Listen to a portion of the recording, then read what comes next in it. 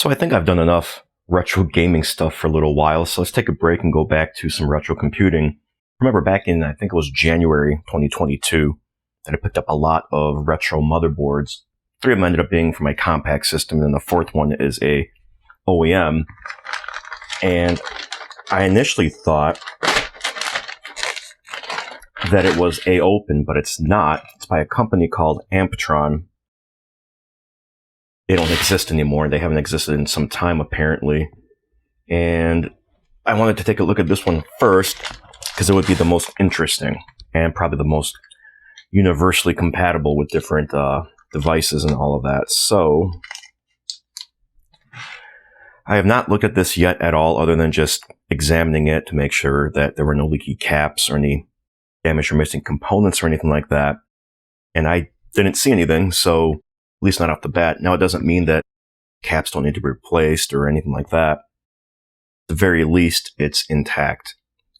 Did come with a serial port header cable. The parallel port cable did not come with it. And the fact that it does also have SD-RAM slots is kind of nice too, because I got plenty of that. The only SIMs I've got are occupied, and I don't want to remove them from their current host. So I'll have to put a battery in, but we have the Pentium MMX right there. Also going to need a video card, and it also supports, fortunately, an ATX power supply, because I don't have an extra AT power supply. I've got one in my retro PC, the NEC. I don't want to use that though. There is some debris on here. I'll have to give it a quick cleaning just to make sure nothing is going to short out. I've got a CPU cooler for this because these do require a cooler. Most Pentium and newer did. Some of them could be passively cooled, some actively. So I'm going to go ahead and get a copy of that very basic manual out so I can make sure the jumpers are configured for a 233 MMX CPU. I've got to check the voltage on this CPU.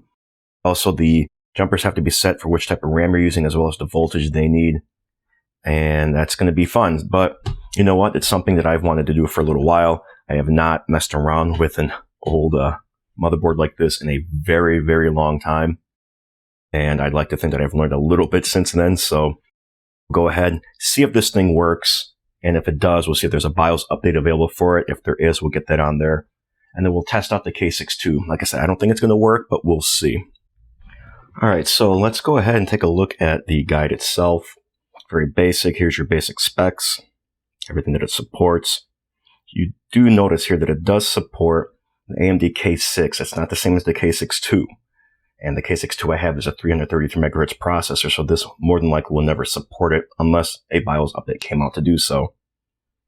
Basic overview of the board itself, but what we need to worry about are the jumper settings. Now, here's also a list of all the connections that it comes with, different settings you can configure. Here's the SIM configuration, which we don't need. However, we do need the DIMM configuration, and I'm going with a single 32 meg module. Hopefully it'll work. If not, I've got some others, but they're a little larger. Thankfully, this board supports up to 512 megs, so we also need to make sure that we're choosing 4 banks used, because that's what this particular memory chip, and I think most SD-RAM uses. 3.3 volts, we have to make sure we set that. And in terms of the CPU selection, we need to worry about this one right here for the MMX 233, as well as the voltage. It can operate between 2.7 and 2.9, but it should be at 2.8, so I'm going to set it at 2.8, although there's some room for overclocking potentially. So, oh, and the CPU type is single voltage. So let's take a look at, well, let me get this mess out of the way first.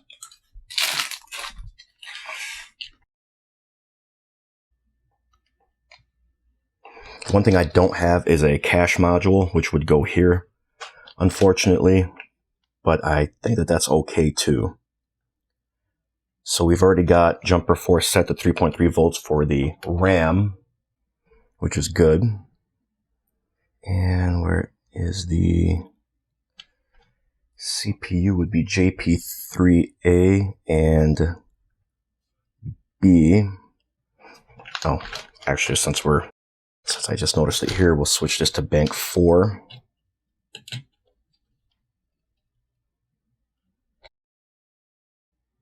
Now let's take a look at, where's that at here?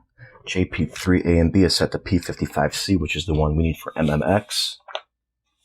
So we've got it set DSW 1, 1, 1, 2, 1, 3, 1, 4, and 1, 5. That's going to be this one here. That needs to be set to off, off, off, off, on, which it already is, which is kind of nice. DSW2 is for the voltage, so it should be off, off, off, off, on, on.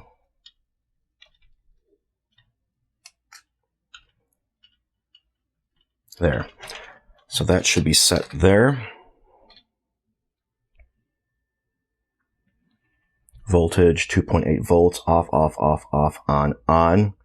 And for the 233 CPU selection speed, off, off, off, off, and on. So we should be good there. All right, so let's go ahead and start installing components, at least all the basics. We'll start with the RAM, which, because it's SD RAM, we only need one stick. They do not have to be in matching pairs. DIMM 1 and DIMM 2. So DIMM 1 is the lower slot.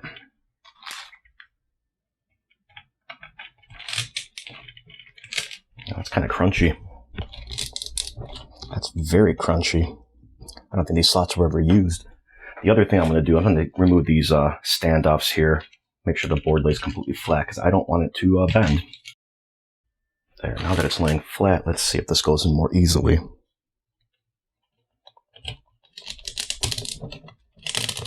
That is still crunchy as all heck. Definitely don't like how that's going in.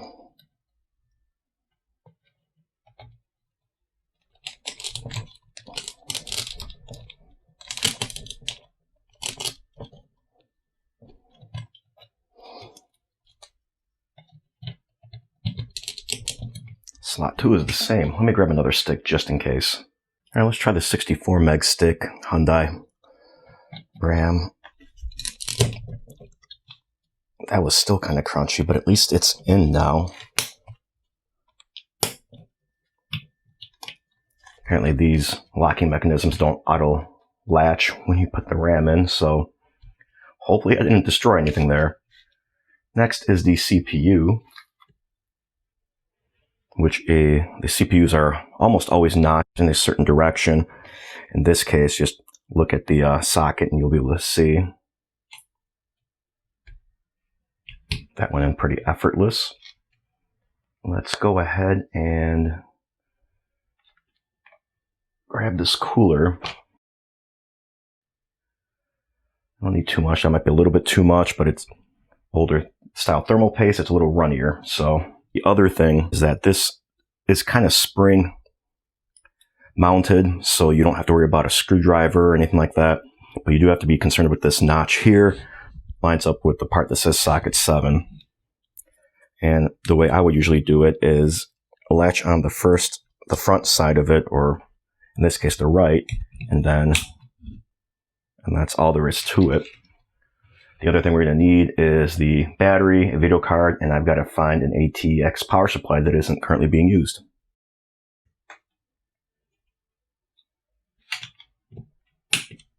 There's that.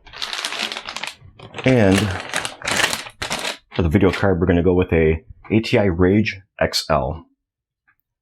And we'll just throw this in any old slot because it doesn't matter, although I do have to elevate the board because of the bracket. There, that should be a little bit better. So I'm going to go grab a monitor, hook up the power supply, which I hope it'll work. I don't believe this board needs any sort of negative 5 volt because the only one that I've got can only do positive and negative 12 volt, 5 volt, and 3.3 volt. But we'll find out, I guess. All right, not the cleanest setup, but that's really all I could do. I did hook up a PC speaker in case we need to hear any beep codes. Hopefully that power supply will work. I also don't have any little portable buttons or any LEDs or anything like that that I can use to jumpstart it. In fact, the documentation doesn't even say which pins will turn it on when using ATX power supplies. So let's just wing it and see.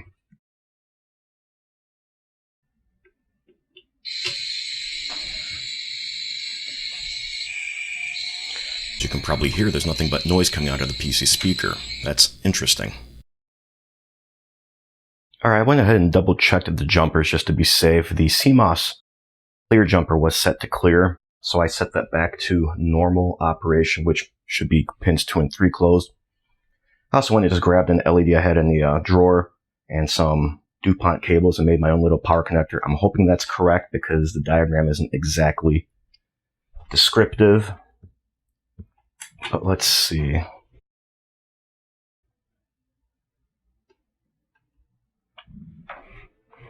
No noise coming out of the speaker this time.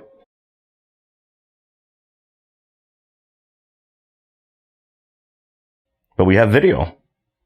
Pentium MMX233, 64 megs of RAM.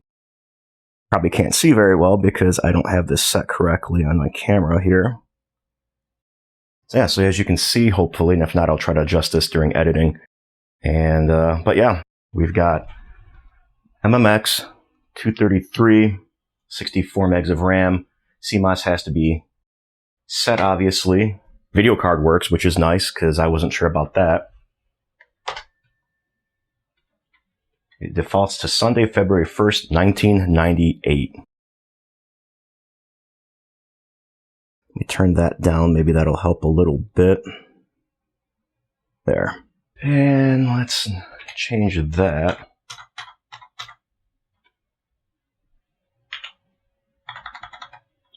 That's today's date. I don't even know.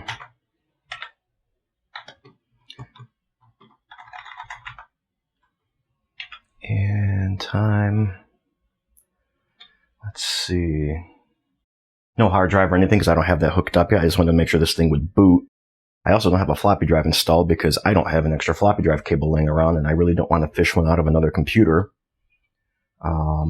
Let's go ahead and turn that off for now. Got the rest of the settings here. First boot device IDE 0, that's fine. I'm not going to hook up a CD-ROM drive right now. Smart, we won't turn that on. We will leave quick boot on. Primary display, VGA, EGA. We don't need to do that. We don't need to do that. There is no external cache. Advanced chipset options. Yeah, sure, why not? This is when BIOS had antivirus installed because of the time period. A lot of viruses were written to infect your BIOS so that it could either A, reinfect your computer even if the virus is cleaned off the hard drive, floppy disk, etc., or B, to render it unusable. USB function for DOS, so this thing might support USB. I mean, there are some extra headers on here that I'm not familiar with. Maybe this thing supports USB, and if it doesn't, maybe through a expansion card that's supported. I will leave the timings alone for now because I'm not exactly sure what they should be using. Everything else I think is fine. Go to power management next. Get a different position of the camera, get it a little bit closer here. Enabled, standby, suspend, this is fine. Hard disk power down mode disabled because we're going to be using a CF card. Everything else is fine. Plug and play setup, on-chip USB. So it does support on-chip USB, although, again, I'm not sure which headers support it. The documentation doesn't show anything, so we're just going to leave that be. We'll leave this on in case I want to install like Windows 98 or anything like that. Everything else, Alpha PCI IDE card, we'll leave it to auto. We'll leave that alone too. Yeah, the rest of these are fine. Peripheral setup, onboard floppy disk controller we'll leave on for when I do get a floppy disk cable in. I don't really care about the serial ports or the parallel port since I don't have a header for it. We'll leave both IDE ports enabled. We'll save settings and exit. And there we go, because there's nothing hooked up. But this works. What I will do is use my trusty CF card, which already has DOS, and we'll get that plugged in. And which is channel 1 and which is 2. Looks like this is going to be it right here. And this will need some power, so we'll grab this Berg connector here.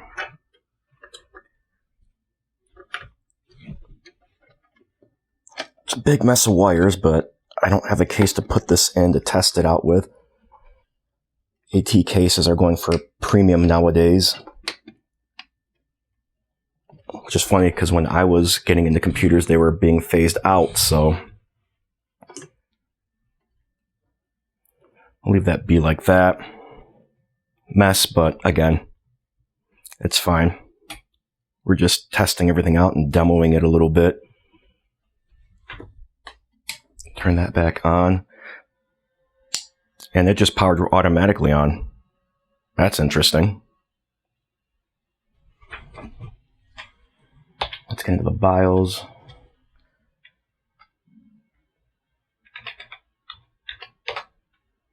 There we go. It sees it as 1 gig, which is correct because it's a 1 gig CF card.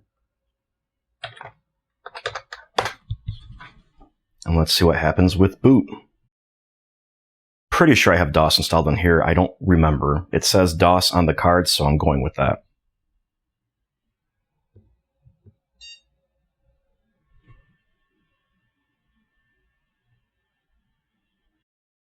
And it does work. So we don't have a mouse hooked up or anything.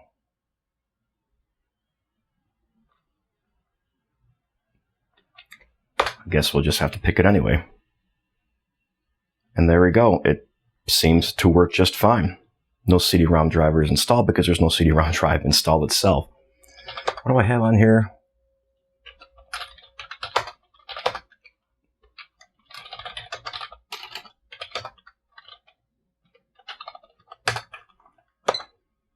We have no music. FX is PC speaker.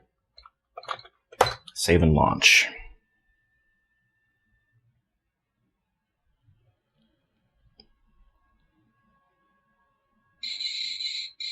Seems to work fine.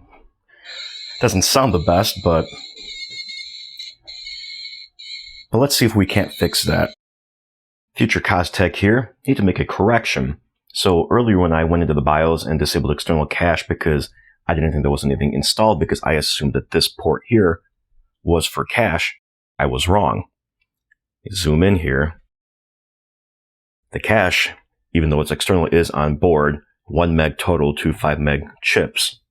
This port here is actually the parallel port header, which I erroneously thought was this. This is not labeled anywhere in the documentation that I have other than J3, which I have no idea what that is. However, I have a suspicion.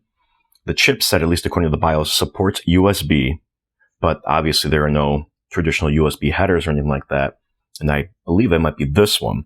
Now you're thinking, well, that doesn't look like a USB header. Those are typically 1 or 2 sets of 10-pin headers with 1 pin missing. Now, if we look closely here, there is 1 pin missing here. And if you look, you've got a row of 5 and then 4 if we ignore these 4 over here. And if I take a USB header and plug it in, it fits perfectly. Now, that doesn't mean anything again, but it could also mean that this is a USB header, just a custom one. I won't know if that works unless I install an operating system that supports USB, such as Windows or Linux or something like that, which I may do in the follow-up video that I'm going to do to this one. We'll see.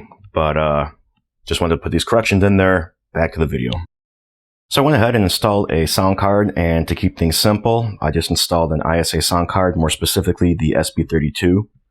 Natively supported both in Doom and Duke 3D, which I also have a demo of on here, but it won't support the AWE or the sound font features, the wavetable synthesis. It's just FM only.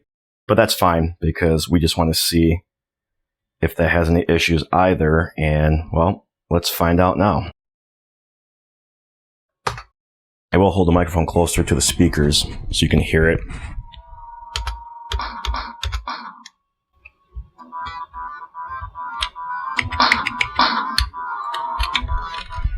And as you can hear, hopefully sound is working.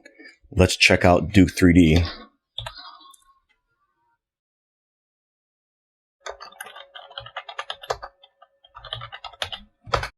Again, I'll hold the microphone closer to the speaker so you can hear it.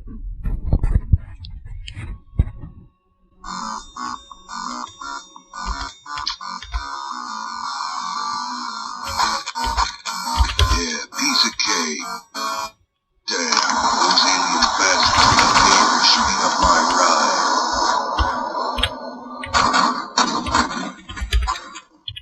ride. And as you heard, sound did work, both MIDI and sound effects. So yeah, so pretty cool. Now let's talk about the BIOS. The old BIOS was from April something of 1998, I believe. And the latest BIOS that I was able to find anyway is from January of 1999. And here we'll see, yeah, January 15th of 1999. And according to the README that came with it, it should support additional multipliers. So if I choose to, I can try to test the AMD K62333 that I have, because it'll support now 4.0, 4.5, 5.0, and 5.5 times multipliers, which is kind of cool. I don't know if it'll actually work if it has the opcodes in there for the CPU or not, but let's give it a try anyway, because why not? All right, I'm going to go ahead and remove the sound card temporarily just to give me some more room to work with.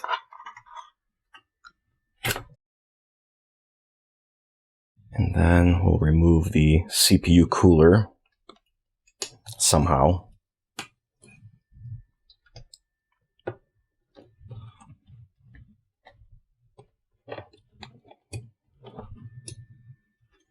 There we go.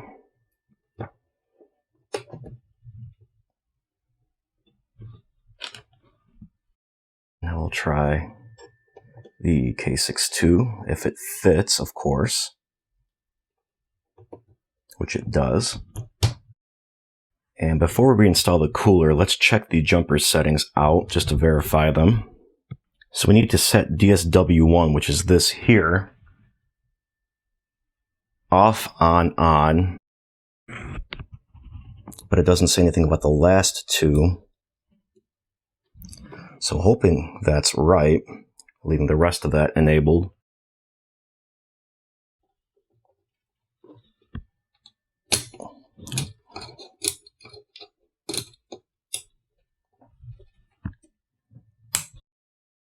And let's go ahead and reinstall the sound card.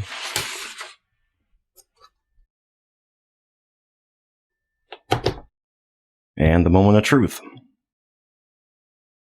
Let's see what happens. No beeps.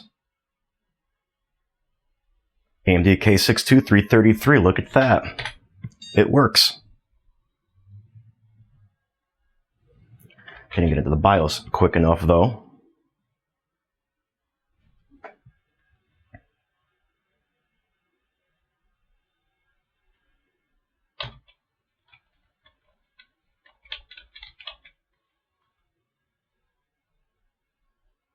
There we go. So I want to make sure everything is still set correctly. But we'll go ahead and rerun Doom and Duke 3D just to see if they are still working. And we'll wrap this video up for now and go from there. I don't expect Doom to run any faster. It ran pretty well on the 233, and it should run even on the basic oh, I forgot to plug the speaker back in.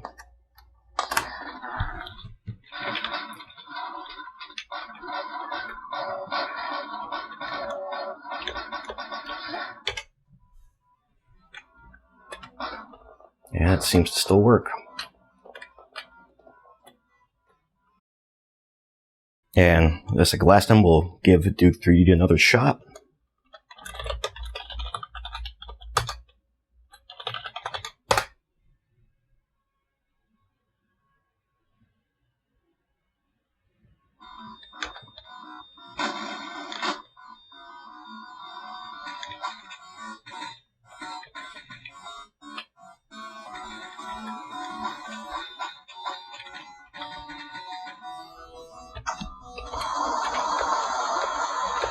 Piece of cake.